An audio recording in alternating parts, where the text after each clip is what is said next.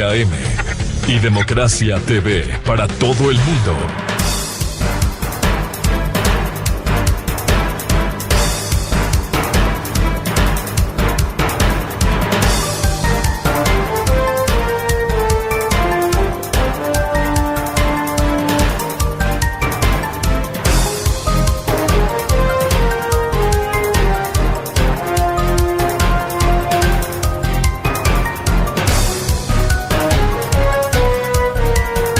Ocho 16 minutos en el territorio continental ecuatoriano, buscando la verdad en la revista de Opinión Democracia. Queremos dar la bienvenida, como habíamos previsto, la presencia del doctor Andrés Páez, candidato a la alcaldía de Quito por la coalición Partido Sociedad Patriótica, Democracia Sí y Acción Democrática. Quisiera empezar por el tema vital, fundamental que se vive en Quito y en general en el país, pero nos vamos a dedicar a Quito. El primer punto tiene que ver con la seguridad ciudadana. ¿Cómo piensa liderar procesos de llegar a la alcaldía de Quito para enfrentar la inseguridad, la violencia, el narcotráfico, en momentos en los que ha habido fragilidad institucional? Si bien el Estado, el gobierno central es el principal responsable, desde los municipios hay que articular políticas y por ello el primer tema, seguridad ciudadana. Doctor Andrés Páez, muy buen día. Gracias, Miguel. Buenos días. Esto de la inseguridad se ha convertido en una pesadilla, un tormento permanente para la gente. Y claro, tiene varias aristas.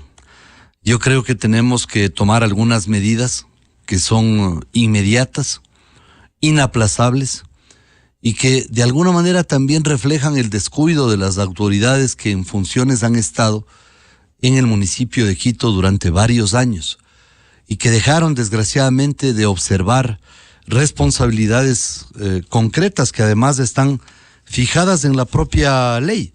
De hecho, el COTAD, que es la normativa que rige a los municipios, claramente establece en su artículo 54 literal N que es también responsabilidad de los municipios el coordinar con los otros organismos del Estado los temas relacionados con la seguridad. Y el artículo 60 literal Q de la misma normativa así lo refrenda. Por lo tanto, que no vengan con el discurso de que no es competencia del municipio. El municipio es el competente. Ahora bien, Miguel, a la gente que le asaltan en la calle, no le importa de quién es la competencia. Lo que la gente quiere es que no le asalten, que no le roben. Ese es el asunto. Y aquí hay una cuestión que es todavía más grave. La gente pobre es la más afectada por la delincuencia. La clase media es la más afectada por la delincuencia. ¿Por qué? Porque si a una persona de recursos le roban el celular, ni siquiera presenta una denuncia, porque sabe que el sistema judicial está caotizado. La secretaria en 2 horas le tiene un nuevo celular de última tecnología, se aplica el seguro y listo.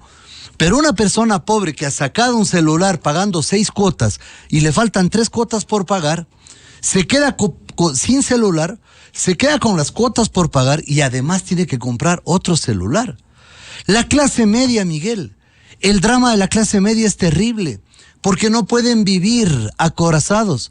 La clase media en los lugares en donde viven, en los barrios en donde viven, están asolados, acosados por la delincuencia permanentemente. Ya no saben qué poner.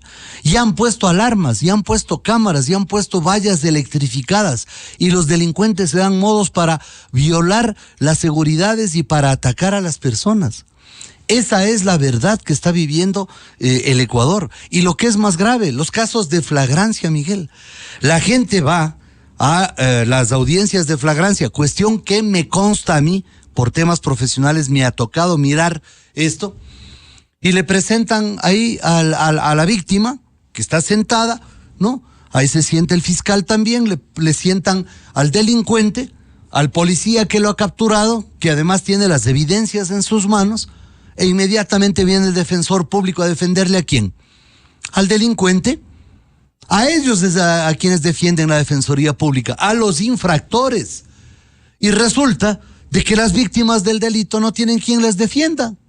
Y cuando la víctima del delito dice, ¿y a mí quién me defiende?, el juez dolorosamente tiene que decirle, ¿sabe qué? Tiene que ir afuera a buscar un abogado. Por eso es que la gente se levanta de las audiencias y se va. Por eso la gente no presenta denuncias, no presenta acusaciones particulares, porque este país está patas arriba. Porque ¿sabe qué, Miguel? Aquí tenemos que los ecuatorianos pagar con nuestro dinero los honorarios de los ladrones que le roban a la gente en las los honorarios de los abogados que defienden a los ladrones que roban a nuestra gente en la calle, es decir, a los mismos que pagan los impuestos. Eso es lo que hay que neutralizar, y por eso la primera cosa que vamos a hacer es la creación de la unidad de defensoría de las víctimas de la delincuencia. Víctimas de la delincuencia. Porque no puede más el país vivir así, y tampoco la ciudad de Quito. El municipio con su propio personal va a crear la unidad de atención a las víctimas de la delincuencia para poder representar a las personas en las audiencias de flagrancia, poder presentar las denuncias, las acusaciones particulares. Cuando vienen los extranjeros y les roban ahuyentando el turismo, la unidad se va a encargar de presentar las denuncias, las acusaciones y el procesamiento de los infractores. Y al mismo tiempo, esta unidad va a hacer un monitoreo de la actividad de jueces y fiscales, que por cierto, yo conozco excelentes jueces y fiscales y puedo dar sus nombres. Los conozco en mis 31 años ya de ejercicio profesional.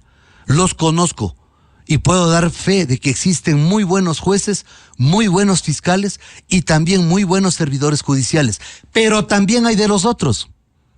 También hay jueces y fiscales conchavados con la delincuencia, y a esos hay que ponerlos ante la luz pública para que el país sepa. Pero aquí, Miguel, además hay que recuperar el 40% de las unidades de policía comunitaria que están o desmanteladas o cerradas. ¿Para qué? Para acercar la policía a los barrios, porque los barrios se sienten desguarnecidos y dicen, ¿quién nos defiende? Claro, muchas, doctor Páez, destruidas. Claro. ¿Cómo? Ahí viene el cómo y con qué recursos, qué va a hacer con la tasa de seguridad para poder afrontar de la manera que usted ha descrito la creación de esta unidad de las víctimas de la delincuencia. ¿Cómo y con qué recursos? ¿Cuánto gasta el municipio de Quito en seguridad anualmente, Miguel, de su presupuesto? Es que hay que ver las cifras, son aterradoras. 3.8%. Y ese es el problema más grande que tiene la ciudadanía. Entonces tenemos que incrementar el presupuesto. En mayo tenemos que hacer uso de una medida jurídica y plenamente respaldada en la ley que se llama reforma presupuestaria. Y tenemos que incrementar el presupuesto de la seguridad. Y tenemos que dedicarnos ¿a qué? A recuperar esas unidades de policía, a mejorar la tecnología, a poner más ojos de águila, más cámaras y hacer un sistema espejo, porque las imágenes van al Ichimbía, al 911, pero al mismo tiempo tienen que ir a las unidades de policía comunitaria, para que el policía que está en la UPC pueda estar viendo en la pantalla, monitoreando, y inmediatamente salir a reprimir el delito. Hay que apoyarle a la policía dándole gasolina, dándole instrumentos para desarrollar su trabajo. Caso de la vida real, Miguel, fui a Pizulí. En Pizulí, que es una de las zonas más densamente pobladas del norte de Quito, ahí en las laderas, hay una UPC que está bien montada y está funcionando, pero no hay policías, Miguel. No hay asignación de policías. ¿Quiénes son los que hacen la custodia en Pizulí? Los policías que están afincados en la Rol 2, que es otra zona que está contigua a Pizulí. Pero el problema es que estos policías no solamente tienen la Rol 2, también tienen Pizulí, y tienen que ir a Tiguinza, y tienen que ir a las diferentes etapas que tienen estas enormes cooperativas que ahora son barrios densamente poblados. Entonces tenemos que trabajar mancomunadamente con la policía, pero Miguel, todo lo que hagamos, no será posible que tenga efectividad si es que el país sigue tolerando la mayor estupidez jurídica creada durante la década saqueada, que se llama Código Penal, Código Integral Penal. ¿Saben por qué, Miguel? Porque la ciudadanía no tiene por qué soportar un código penal cargado de garantías para los delincuentes y para las víctimas de la delincuencia, ninguna. Yo sé, Miguel, que vendrán ya los penalistas, los sabios de la Grecia, a decir que cuidado, que qué horror, y después saltarán los famosos derechos humanos. Ya sé, pero vamos a hacer esa pelea. Y hoy, que vamos a presentar los candidatos, hoy vamos a lanzar la propuesta que la tengo aquí, de reformas penales al Código Integral Penal. Sí, claro, el municipio no tiene iniciativa legislativa, pero hablaremos con el Ejecutivo y hablaremos con la Asamblea Nacional y haremos que el pueblo de Quito vaya en la marcha más grande que recuerde la historia.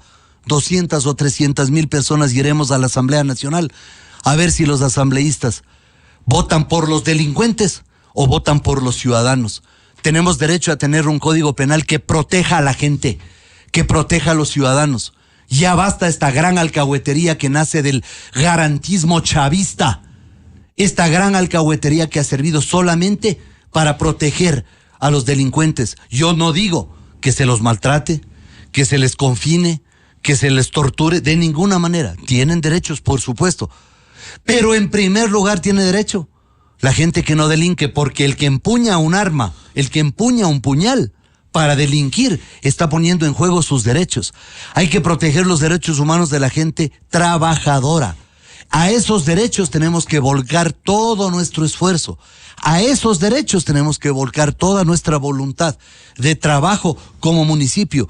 Y además, tenemos que exigir que el gobierno nacional finalmente, en una nueva consulta popular, porque ya no se lo hizo en esta, convoque al pueblo ecuatoriano para que no solamente sea archivada para siempre ese contrato social fraudulento que se llama Constitución de Montecristi, sino también la función judicial que no da más. A propósito de lo que usted señala, quiero conectar en el tema de seguridad una de las preguntas de esta consulta popular que va a estar junto a las elecciones del 5 de febrero. La primera pregunta: ¿usted está de acuerdo en que se extradite a los ecuatorianos vinculados con el crimen transnacional organizado? Estoy de acuerdo en todas las preguntas.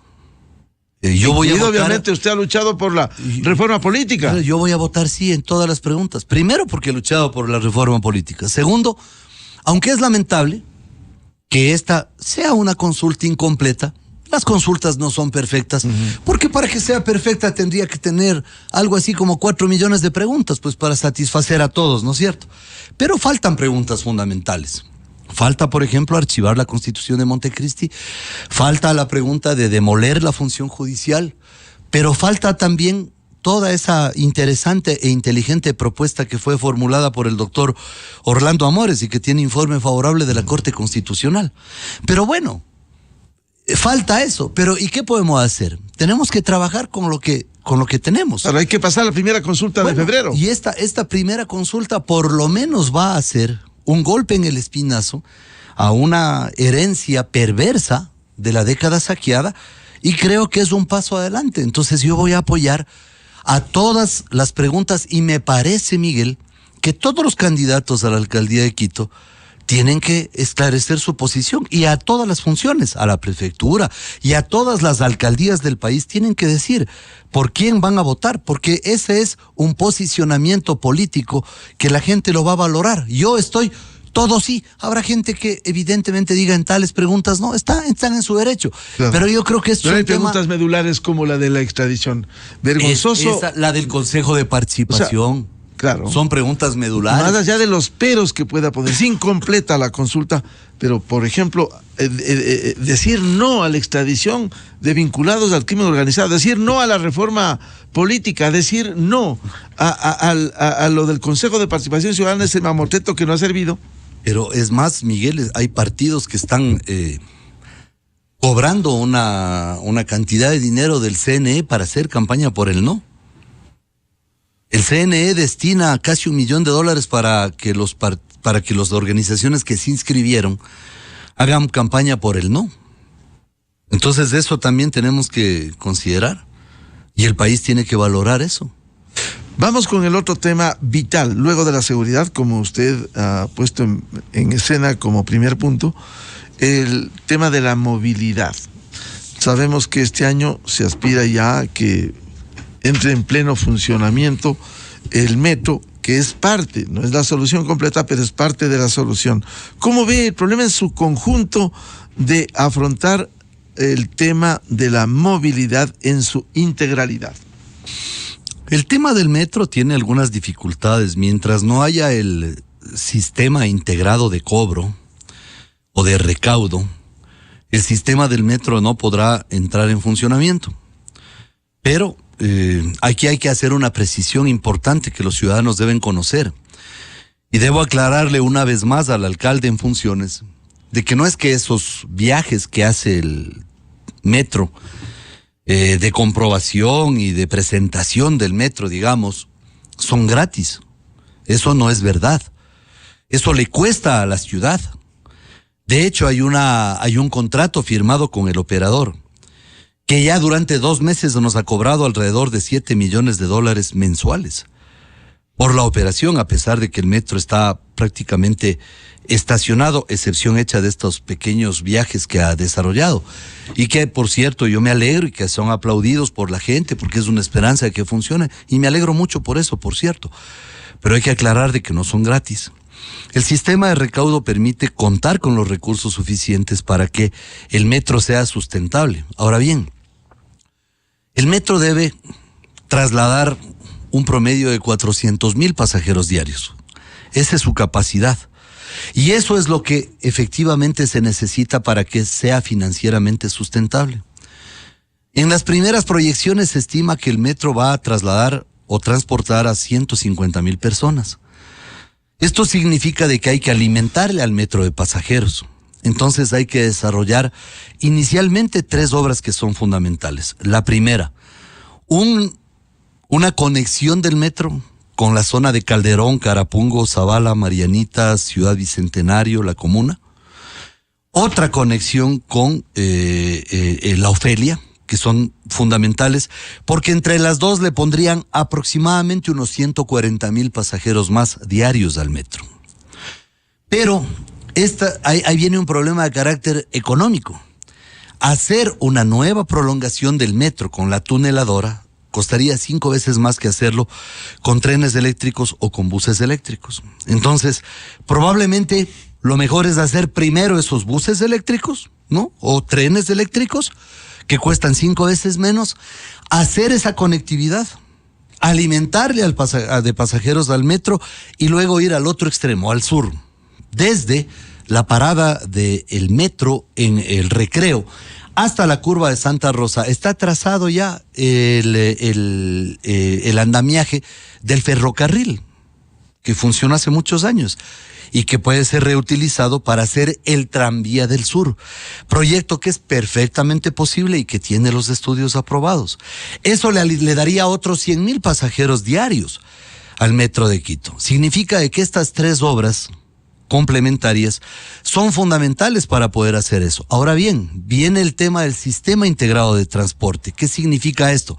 Supongamos que la parada de la prolongación del metro, sea con trenes eléctricos o de otra manera, supongamos que va, para poner un ejemplo nada más, al Parque Central de Calderón, supongamos, ¿sí? Pero del Parque Central de Calderón a Carapungo hay una distancia considerable. A Marianitas hay una distancia considerable. A Zavala hay una distancia considerable. A Ciudad Bicentenario igual. Entonces, ¿qué se necesita? Otros alimentadores. Y ahí entran los señores transportistas. Que tienen que por ello llevar, el sistema integral. Exacto. Ellos tienen que llevar en sus unidades los pasajeros hasta esos terminales. ¿Sí? Por si acaso, como no ha de faltar algún aventurero, no es que estoy diciendo que hay que hacer en el Parque Central de Calderón la parada. Estoy simplemente poniendo un ejemplo. Hay que hacer un terminal en algún lado. Ya se verá técnicamente dónde. Pero los señores transportistas tienen que con sus unidades alimentar los pasajeros a ese terminal. Que a su vez la gente se traslade desde ahí hasta el metro y desde el metro a su trabajo. 36 minutos demora el traslado desde la parada del extremo norte hasta el extremo sur. 36 minutos de recorrido. Esto abreviaría muchísimo el tiempo de traslado de la gente, pero además tenemos un tema adicional, que es cómo desde los extremos sur, norte, este y oeste llegan los pasajeros al metro. Ahí entran los señores transportistas. Ellos se encargan de llevar con sus unidades, recogen los pasajeros y los llevan a las paradas del metro, ¿no? Entonces, hay que entender que esto no es contra los transportistas, sino es con ellos. Pero eso no es todo. Las bicicletas también entran en escena, porque hay bicirrutas que tienen que ser rediseñadas, otras que tienen que ser creadas como parte del sistema integral, y aparte de eso hay que generar otras medidas de movilidad. Por ejemplo, Miguel, y esta es fundamental, el trazado vial que tiene que ir desde la parada Morán Valverde en el sur hasta Conocoto, eso es fundamental. Para, en línea recta, 4.7 kilómetros, sacarle a la gente del sur que no salga hasta el Trébol, que no salga hasta la autopista General Rumiñahui, sino que vaya directamente a Conocoto, engancha en San Rafael con la E35 y va directamente hasta hasta el aeropuerto, es decir, parroquia de Pinta del aeropuerto y todas las parroquias aledañas. Y adicionalmente hay otro proyecto que ya están aprobados los estudios y se han desarrollado ya, entiendo yo, el 80% de las expropiaciones, que es la perimetral de la autopista Simón Bolívar, que absorbería 40,000 pasajeros diarios con los primeros 19 kilómetros que ya pueden ser ejecutados. Financiamiento. ¿Cómo se va a financiar todo esto? Existen proyectos de inversión, porque esto, por ejemplo, de la prolongación de la General Rumiñahui, sería a través de peajes, y existen personas o entidades interesadas en hacer ese financiamiento. Y por otro lado tenemos un financiamiento que es muy importante, Miguel. ¿Ustedes saben cuánto recauda el trolebús diariamente? Es que esas son cifras que hay que tenerlas en cuenta. $200,000 de lunes a viernes todos los días. $1 millón en 5 días recauda el trolebús todas las semanas, más $100,000 que recauda entre sábado y domingo. Y lo mismo, tenemos una recaudación de aproximadamente $100,000 diarios en lo que es la ecovía.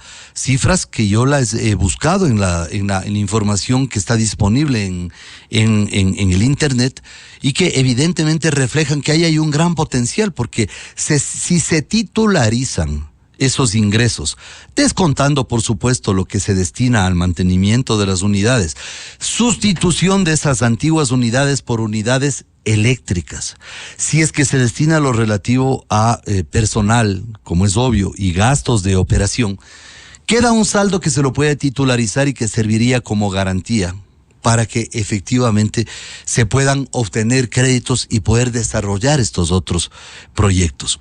También hay el ofrecimiento del gobierno central de darle $150 millones en este año al municipio de Quito, porque ya tiene este año que honrar la primera cuota de la deuda, que son aproximadamente 200 millones.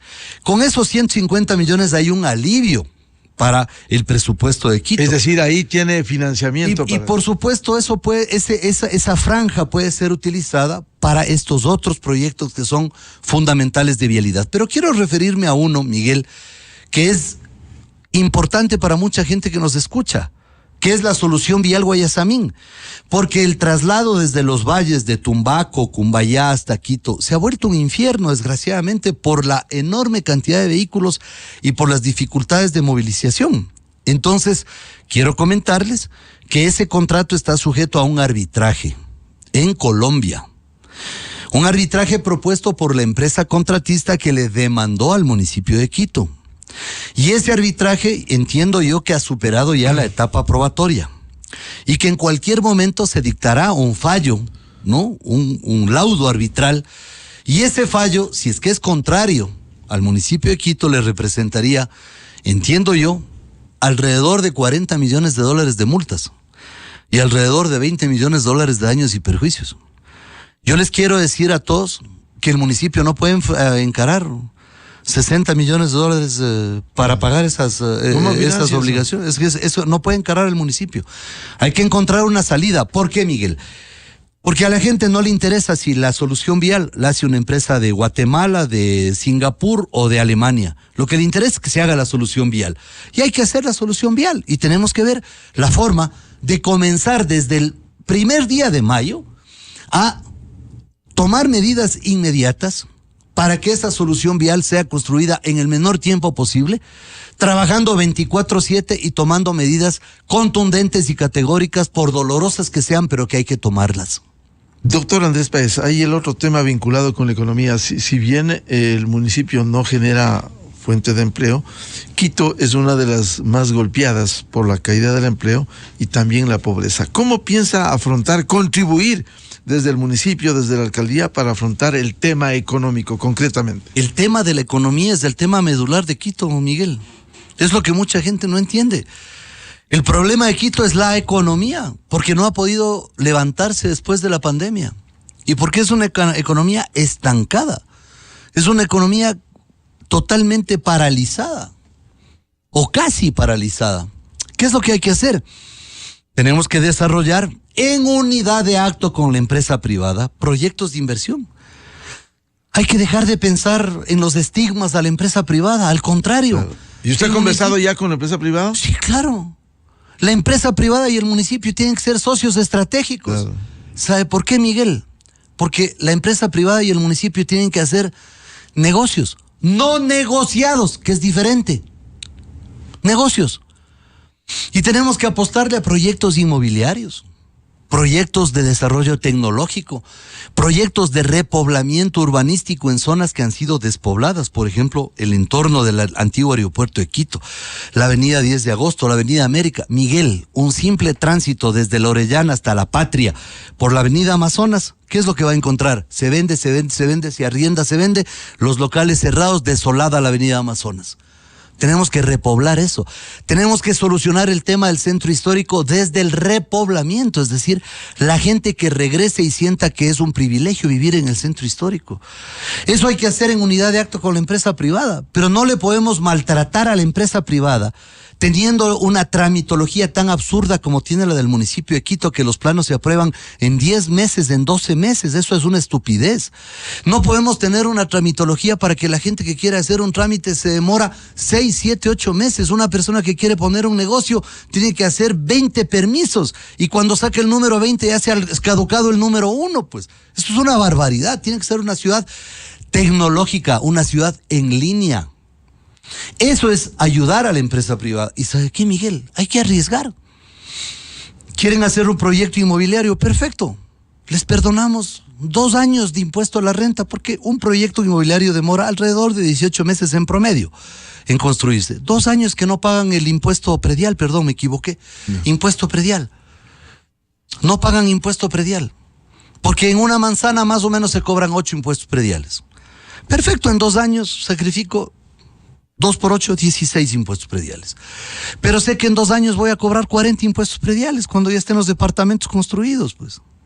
Y ya no voy a cobrar el ingreso de 8 medidores de agua, sino de 40 medidores de agua. Hay que pensar en una ciudad del futuro. Hay que pensar que a la empresa privada hay que alentarle a hacer las cosas. Hay que darle mecanismos, pero reales. Miguel, en el tema del centro histórico, a todos esos propietarios que no tienen dinero para mantener sus casas, hay que condonarles.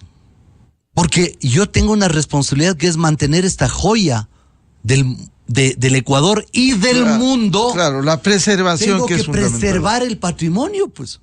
Entonces tenemos que solucionar el tema de los impuestos prediales y más bien decir: miren, les vamos a ayudar a mantener sus propiedades y arreglarlas para que se conviertan ¿en qué? En restaurantes, en bares, en negocios, en centros comerciales. O sea, hay que recuperar el centro histórico, pero con la empresa privada, primero. Segundo, proyectos de desarrollo ecológico. La protección del medio ambiente y especialmente el Chocó andino. Y aquí quiero hacer una aclaración.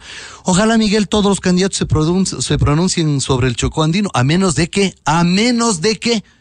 por ahí estén recibiendo algún tipo de presión o de apoyo que les impida decirlo. Pero yo he dicho claramente, en el Chocó andino no se pondrá un clavo, vamos a preservar las 285,000 hectáreas del Chocó andino. Y eso hay que convertirlo en un emporio turístico, obviamente de un turismo razonable y sustentable que no afecte a la naturaleza. El Quito del turismo del centro histórico hay que recuperar, especialmente el del casco colonial, pero también la mitad del mundo. Hay que recuperar eso y hay que generar otros íconos turísticos de Quito. Por ejemplo, fui la otra noche a La Tola. Ese es un barrio que está muy bien conservado y que podría ser realmente un enclave turístico de la capital, como ha sido de alguna manera ya el Ichimbía. Es decir, Miguel, hay que apostarle a proyectos concretos y hay que sembrar árboles, porque sembrar árboles le representa también generación de mano de obra para la gente que desde la siembra hasta la colocación y el cuidado de los arbolitos participa en eso. Miguel, cuando salen los que nos escuchan en el avión destino a Guayaquil, hay un momento que el avión va tomando fuerza y hace una curva para ir hacia el occidente, ¿no? En el momento de la curva uno puede ver todo lo que es la zona de Calderón y esa zona de expansión. Miguel, no hay 1 centímetro verde ahí. Está totalmente colmado de cemento. Hay que cargarle de árboles a esa zona. Y tercero, la obra pública, pues Miguel, la obra pública. Es que el municipio tiene que ser eficiente para gastar el dinero que tiene, porque muchas veces no se gasta el dinero que el municipio tiene por falta de ejecución presupuestaria. Y ¿sabe qué, Miguel? Hay que hacer obra pública ¿con quiénes? Con los pequeños profesionales. En esta ciudad hay profesionales que no han contratado 15 años. Créame, 15 años no han contratado. Arquitectos, ingenieros no han tenido contratos porque no tienen palancas y porque el municipio ha funcionado alrededor de grupos que se han favorecido durante muchos años de la contratación. Hay que liberalizar esa contratación y hay que hacerla de manera pública. Hay que hacerlo en el salón principal del municipio de Quito, de manera anónima, que se presenten los contratistas y tener los contratos numerados y asignarles los contratos mediante sorteo, para que nadie meta la mano y nadie les pida un centavo, y que hagan las obras bien hechas. ¿A quiénes en primer lugar? A los que no han contratado 15 años, pues Miguel, a ellos. A los nuevos profesionales que no tienen trabajo, a ellos hay que privilegiarles. Hay que darles la posibilidad de que hagan obras, quizá no de una magnitud enorme, pero obras para que comiencen y para que puedan parar la olla en su familia. Es decir, la economía de Quito se puede mover, pero hay otro elemento, el microcrédito. Con Quito da microcrédito. El rato en que da microcrédito, ¿para qué? Para que un artesano reemplace una máquina. Cuando es limitado, ¿no? Es limitado, pero es el microcrédito más eficiente, Miguel, porque no tiene garantías, pues. Porque ¿quién le presta plata a la gente? Nadie. Por eso caen en manos de los chulqueros. Entonces, si yo le presto a un artesano $400 para que reemplace una máquina, si le presto a un joven $400 para un pequeño emprendimiento que tiene que hacerlo además en el coworking que va a ser instalado por el municipio de Quito, lugares donde los jóvenes puedan desarrollar sus emprendimientos. Si yo le presto a una madre de familia $400 o $500 para una máquina de coser, Miguel, esa plata entra directamente al mercado y mueve la circulación de la economía. El microcrédito tiene que, además, hay otro componente que tiene que ver con la economía, Miguel, que es la legalización de tierras. Esto es lo que mucha gente no entiende y me critica. Claro. Pero solamente explico esto, Miguel. ¿Por qué la legalización de tierras? Porque el rato en que se legaliza la tierra de una persona, ella tiene su escritura. Con esa escritura va a la cooperativa, pues. Y en la cooperativa le van a dar un crédito. Claro. ¿Y cuánto se es el formaliza crédito? para pagar impuestos. Exacto, y va a pagar el agua, porque yo antes de hacer que el registrador de la propiedad le inscriba, tiene que traerme el comprobante de la EMAP, de que ya tiene el medidor de agua, pues, ¿no es cierto? Pero ¿qué hace eso? Va a la cooperativa. ¿Cuánto va a pedir? No va a pedir $1 millón. Va a pedir $2,000. ¿Qué va a hacer con ese dinero? Va a arreglar una puerta de su casa, la cerca, va a comprar una cerradura, un vidrio, va a hacer una pequeña ampliación, va a cambiar el techo, las celosías. Eso es lo que va a hacer esa persona. ¿Quién gana con eso? El ferretero del barrio, pues. Entonces es una cadena. Miguel, hay que meterle plata a la economía. Mientras más gente haya comprando, habrá más gente vendiendo. El consumo es el gran dinamizador de la economía. Si es que hay más gente vendiendo, habrá que producir más, y para producir más hay que contratar más empleados y más servicios. Y todos ellos reciben ingresos con los cuales van a los mercados. Es decir, el gran problema de Quito es la economía y hay que resolverlo con una dosis de sentido común. Doctor Andrés Páez, al referirse usted al tema de la legalización de las tierras, va a cometer otro de los problemas que tiene Quito, como es el ordenamiento territorial y medio ambiente. Claro, el ordenamiento territorial que comienza por solucionar el problema de los barrios, porque son más de 600 barrios que no están legalizados y tenemos que cambiar las reglas de juego. Tenemos que ir legalizando los barrios y a la par ir legalizando la tenencia y la propiedad de la tierra y las construcciones. Miguel, hay una cifra que es verdaderamente dramática. 60% de las tierras en el distrito metropolitano de Quito no están legalizadas. Ahora, yo no puedo absorber la responsabilidad de alcaldes anteriores, pero a mí no me eligen para quejarme. A mí me eligen para solucionar los problemas de la gente y eso es lo que vamos a hacer. Yo no voy a regresar a mirar a las administraciones anteriores, tengo que ver hacia el futuro y el bienestar de las personas. Entonces hay que hacer esto primero, legalizar. Segundo, alguna gente que está en zonas de alto riesgo hay que reubicarle por su propio bien, porque mañana puede pasar una desgracia. Tercero, hay que terminar de hacer el proyecto Laderas del Pichincha. Hay que hacer la limpieza de Eso implica la previsión de riesgos que tiene que preocuparse. Hay que limpiar los ductos y hay que limpiar las piscinas de alivianamiento. 2 de ellas fueron convertidas en canchas de fútbol, Miguel. 2 de ellas. Hay que recuperar estas piscinas de alivianamiento. ¿Por qué? Obviamente les vamos a hacer la cancha en otro sitio para que la gente no se quede sin su cancha. Pero hay que recuperar eso para evitar una tragedia. Hay que solucionar el tema de personas que están con permisos curiosamente otorgados, construyendo en zonas en donde no tienen que construir. En el Ilaló tenemos graves problemas sobre eso. Que la gente recuerde que el Ilaló es la zona del primer asentamiento humano que históricamente se conoce de la ciudad de Quito. Y es una zona en donde no se pueden seguir dañando la naturaleza. Y hay unos permisos que tienen que ser analizados. Y no pueden haber construcciones indiscriminadas que sacrifiquen la cota de los 3,000 metros. Y todo lo que es la reserva natural que bordea la ciudad de Quito, porque esa es la gran defensa que tiene Quito frente a los desastres naturales cuando se producen precipitaciones lluviosas importantes, porque esa es la zona que absorbe todo el agua, y el proyecto Laderas de Pichincha recoge el remanente. Eso es lo que tenemos que hacer. Entonces, el desarrollo urbanístico, quiero decir una cosa, Miguel, hay que encargarlo a los técnicos. Yo no puedo poner ahí a un pana mío que conozco de la infancia, que jugábamos fútbol. Eso no puede ser, pues, Miguel. En el Ecuador hay urbanistas de primer nivel. Hay jóvenes que han venido con PhD en urbanismo. Hay que reclutarles y pagarles lo que merecen recibir y ponerlos a hacer un desarrollo urbanístico, pero primero solucionar los problemas y luego pensar en el Quito del 2050, porque no es solamente solucionar el caos que hay ahora, sino proyectarnos al 2050 para que la ciudad en el 2050 sienta un respiro desde el punto de vista urbanístico, porque la composición geográfica de Quito es muy compleja. Eso será parte de su modelo de gestión local. Sí, por supuesto, eso.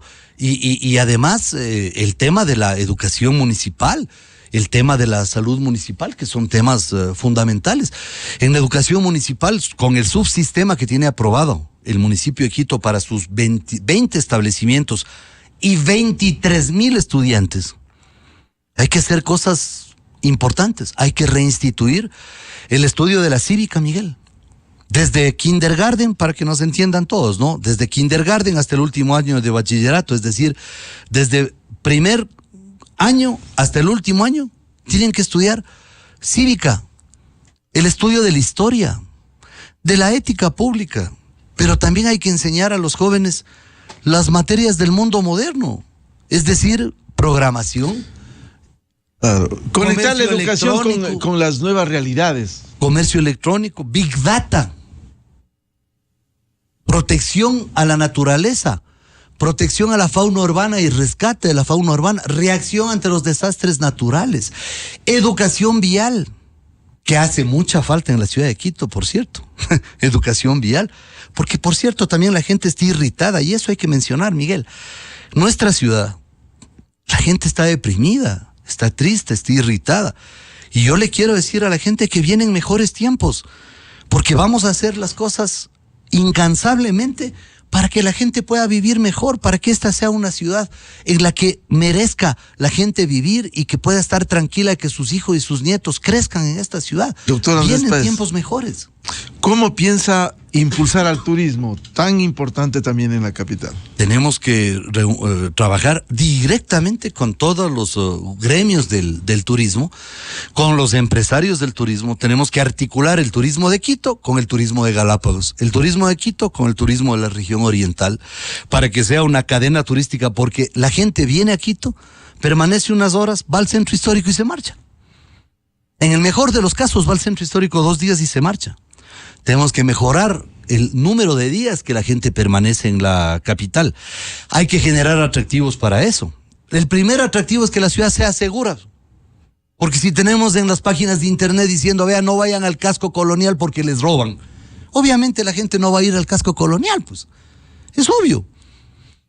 El Ecuador se ha convertido con la ola de violencia en un país de alto riesgo. Entonces la primera cosa que tenemos que evitar es que haya esa violencia. Hay que recuperarle al centro histórico de la violencia, de la prostitución, de la drogadicción, de gente malviviente que está tomado los inmuebles del municipio de Quito, que tenemos que recuperarlos y convertirlos en un engranaje de turismo que yo no lo voy a inventar, que lo vamos a hacer con los gremios del turismo y con los técnicos, que los propios gremios del turismo nos digan, esta es la gente más calificada, los vamos a escoger y nos vamos a poner a trabajar. Pero también hay que crear incentivos, pues, Miguel. Incentivos para el turismo, reducciones de carácter tributario para el turismo. Por ejemplo, si van a trabajar en el centro histórico, reducir considerablemente los tributos y abreviar el tema de los requisitos. Le doy una cifra, Miguel. ¿Cuántos requisitos se necesitan cumplir para instalar un restaurante o un bar en La Ronda? Es que es de Ripley. 120 requisitos, Miguel. 120. No puede ser. Entonces hay que abreviar, hay que aplicar el sentido común. Hay que recuperar el casco colonial, pero hay que enlazar el casco colonial con la ciudad mitad del mundo. En la ciudad mitad del mundo y el casco colonial con el Chocó andino. O sea, hay que enlazar todo esto con el Parque Nacional Jerusalén, que está también muy próximo. Hay que enlazar con todas las bondades que presentan para los andinistas, por ejemplo, en las cercanías de Quito, ¿no? El ascenso a montañas. Hay que desarrollar todo lo que es el turismo de las parroquias, las tradiciones. Hay que relacionar la gastronomía con el turismo. Nosotros tenemos una gastronomía extraordinariamente rica y potente. Eso tiene que ser enganchada y enlazada en el entendimiento de lo que es el turismo. Todo eso tenemos que hacer como un conjunto de acciones, pero mancomunadas con los gremios del turismo, a los que hay que quitarles el peso de vivir peleando con el municipio. Y al contrario, entender que el municipio es su socio, el que les va a ayudar, el que va a arrimar el hombro. Y esto digo con el turismo, con los gremios de la construcción, con los médicos, con quienes vamos a hacer el sistema de salud, con los educadores para que tengan estabilidad en sus servicios dentro del municipio. Con todos los grupos, el municipio va a ser un hacedor del bien, es decir, un socio estratégico, va a ser el que arrime el hombro para sacar adelante la ciudad. Todos tenemos que arrimar el hombro y también la gente tiene que ayudar, por ejemplo, respetando las señales de tránsito, aguantándose las ganas de hacer pipí un poquito hasta encontrar un lugar en donde pueda hacer y no hacerlo en las calles. O sea, también la gente tiene que ayudar. Los transportistas también tienen que ayudar, no estando compitiendo a toda velocidad en los buses, en las calles, poniendo en riesgo a la gente, respetando las paradas. Los peatones ayudar usando el paso cebra. Es decir, la ciudad tiene que ser un compromiso de todos y tenemos un desafío por delante que es la cultura del metro. Doctor Andrés Páez, hay preguntas de ciudadanos que están escuchando esta entrevista y dice, ¿retomará los guaguacentros? 100%. Muy buen proyecto de la administración de Rodas. Hay que recuperar los guaguacentros y hay que ponerlos a funcionar y hay que ampliarlos, algunos de ellos a 24 horas, porque hay zonas de alta sensibilidad. Por ejemplo, Calderón, por ejemplo, la zona de Guamaní, por ejemplo, en el centro histórico, se necesita guaguacentros 24 horas. ¿Por qué, Miguel? Porque son centros en donde está la gente que trabaja. Y esa gente a veces tiene que hacer turnos en la noche, no tiene con quién dejar a los niños. Hay que retomar ese proyecto al 100% y hay que llevarlo adelante. Miguel, las administraciones anteriores todas han tenido luces y sombras. Hay que recuperar lo bueno de las administraciones anteriores, hay que acabar con ese sectarismo estúpido que hace 15 años nos dijo aquí en el Ecuador. El mensaje era todo lo pasado fue malo. No, yo digo, en el pasado hay cosas buenas que hay que recuperar, que hay que retomar y no dedicarse a pelear con los exalcaldes, sino mirar hacia el futuro y decir, claro, señores, que la Contraloría se encargue de ustedes y nosotros dedicarnos a hacer la ciudad que Quito merece. Doctor Páez, todo este plan que ha descrito usted, este modelo de gestión local, ¿con qué equipo va a administrar? Con los mejores técnicos. Mis amigos no se convertirán en amigotes, prohibidos terminantemente pisar el municipio, no ocuparán ningún cargo, ninguno de ellos, felizmente. Amigos tengo muy pocos, felizmente. Conocidos tengo muchos, amigos de verdad, muy pocos. Y están terminantemente prohibidos de ingresar al municipio. Obviamente nos podremos ver para oír una musiquita, para comernos un ceviche, tomarnos una cerveza, pero nada más. Peor, mis parientes. Y desde ya quiero decir que nadie puede tomarse mi nombre para hacer absolutamente nada, cualquiera que sea el apellido que lleve, y peor si lleva mis apellidos. Entonces, hay que hacer esto con los mejores técnicos. ¿Qué vamos a hacer, Miguel? Llamar a los mejores técnicos, escrutar sus hojas de vida, sentarnos, revisar y decir, ustedes son los más calificados, póngase a trabajar. Y hacer lo que se llama el scorecard, es decir, una medición de resultados permanente, tal como lo hacía el exalcalde Rodrigo Paz, a quien, por cierto, admiro mucho. Como lo hizo en su momento Álvaro Pérez, también Sixto Durán Ballén, porque Quito ha tenido buenos alcaldes, fíjense ustedes. Entonces, hacer una medición de resultados, y el que no da resultados le decimos, señor, muchas gracias, le hemos pagado hasta el día, le vamos a reemplazar por otro. Pero esto tiene que ser un manejo técnico. El liderazgo político lo doy yo para respaldar el trabajo de los técnicos. Pero yo no soy un todólogo, Miguel. Yo, con humildad, tengo que aceptar que yo no sé de todos los temas. Tengo que apoyarme en gente más inteligente que yo, en gente más capacitada que yo en las áreas donde yo no conozco. Y esos técnicos tienen que apoyarse en mí en las áreas que ellos no saben manejar, que es la relación política con los concejales, en el manejo municipal, con la asamblea, con las autoridades, con los ministros que nos tienen que ayudar. El liderazgo político es fundamental. Quito perdió su liderazgo político. Hay que recuperar el liderazgo político, que tiene que ser firme. Y le robo un minuto, Miguel. Un liderazgo político inclaudicable. Y ahora quiero decir algo, y que me escuchen bien. No voy a permitir que Quito sea atacada nuevamente como se lo hizo en octubre del 2019 y en junio del 2022. Y que me escuchen bien. Todos pueden venir a protestar en Quito, yo les daré las garantías, los permisos. Todos pueden venir a protestar, pueden protestar por lo que se les ocurra, pero me pintan una pared o me rompen un vidrio y se topan conmigo. Yo no voy a permitir. ¿Va a estar al frente usted defendiendo a Quito? El primer plan que hemos estructurado ya es el plan de blindaje de la capital. Y vamos a tener un cuarto de mando 24/7 para monitorear 7 accesos sensibles que tiene la capital, y especialmente uno. Permanentemente. Aquí pueden venir. Todos son bienvenidos. Todos son bienvenidos. Pero delincuentes extranjeros que vienen a robar, yo mismo con la unidad de atención a las víctimas de la delincuencia, yo mismo me encargaré de que sean deportados. Los extranjeros que vienen acá, las puertas abiertas. Bienvenidos, con los brazos abiertos, pero no vengan a robar, porque les vamos a hacer que les deporten. Primero. Y segundo, los señores que vienen a reclamar, reclamen por lo que les dé la gana, por supuesto. pero no van a dañar la ciudad, ni van a atacar a los carros, ni romperles las llantas a los señores taxistas, ni obligar a cerrar negocios, ni a romperle los vidrios a los que se niegan a cerrar las puertas de sus negocios porque viven de eso, ni tampoco a maltratar mascotas, ni a matar casi 200 mascotas como lo hicieron ahora en junio del 2022. Y por cierto, Miguel, ¿dónde estaban el resto de candidatos en junio del 2022? Porque eso hay que preguntar. Ustedes que son medios de comunicación, pregunten. La gente quiere escuchar dónde estaban, porque unos estaban muertos de miedo y otros estaban aplaudiendo la destrucción de Quito. Esa es la verdad. Excepto, porque yo soy un caballero y lo reconozco, excepto Patricio Alarcón. Los demás, ¿dónde estaban? Y eso que Patricio Alarcón me ha lanzado un par de videos en contra mía, pero yo no dejo de ser un caballero. Y reconozco que él sí estuvo conmigo en la defensa de Quito. Miguel, la defensa de Quito es una de las prioridades que tiene el próximo municipio. Y para eso se necesita un liderazgo con pantalones, no un liderazgo de TikTok. Tiene que ser un liderazgo de pantalones, firme, un liderazgo contundente. Un liderazgo que levante la voz a nombre de todos los ciudadanos de Quito, que diga, aquí no me vienen a destruir la ciudad, carajo, y no vamos a permitir que nos la destruyan. Eso es lo que necesita Quito, un liderazgo firme, contundente, inclaudicable, que no admite negociaciones. Pero yo, cuando venga el señor Issa, le diré, señor, ¿quiere venir al municipio a conversar? Venga, siéntese, le daremos café, conversaremos con él.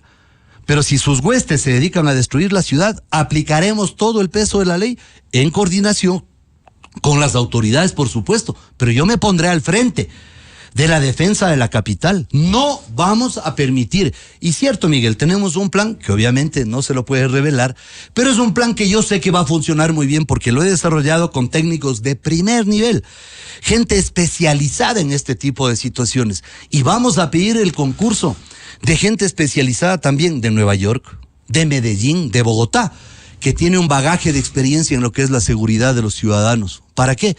Para pagarles a ellos sí las consultorías, para que nos ayuden a hacer que la gente no viva atormentada por los delincuentes en esta ciudad. El doctor Andrés Páez, candidato a la alcaldía de Quito por el partido Sociedad Patriótica, la coalición Sociedad Patriótica, Democracia Sí y Acción Democrática. Muchas gracias su presencia aquí. Igualmente, en la revista Miguel, de muchas gracias. Un afectuoso saludo a todos los oyentes. Muy amable. Con esto cerramos la jornada de entrevistas y debates, la opinión diversa y libre en la revista de Opinión Democracia. Les recomendamos, ya viene en Exa FM el show de la papaya y les agradecemos por dispensarnos con su amable sintonía y seguimiento. Muy buen día, feliz miércoles. Miguel Rivadeneira en la revista de Opinión Democracia. Inicio de espacio promocional y publicitario. Maestrito, ¿cómo le va? Me robaron el cerebro. ¿Será que conseguimos un hito por ahí donde usted sabe? ¿Le robaron a usted o al carro? Comprar cerebros robados es la peor idea. Además, si tiene un Toyota, lo reemplazan sin costo. El cerebro de tu Toyota, déjalo en nuestras manos. Si por alguna razón fuiste víctima del robo del cerebro de tu Toyota, acércate a cualquier agencia a nivel nacional y lo reemplazamos sin costo alguno.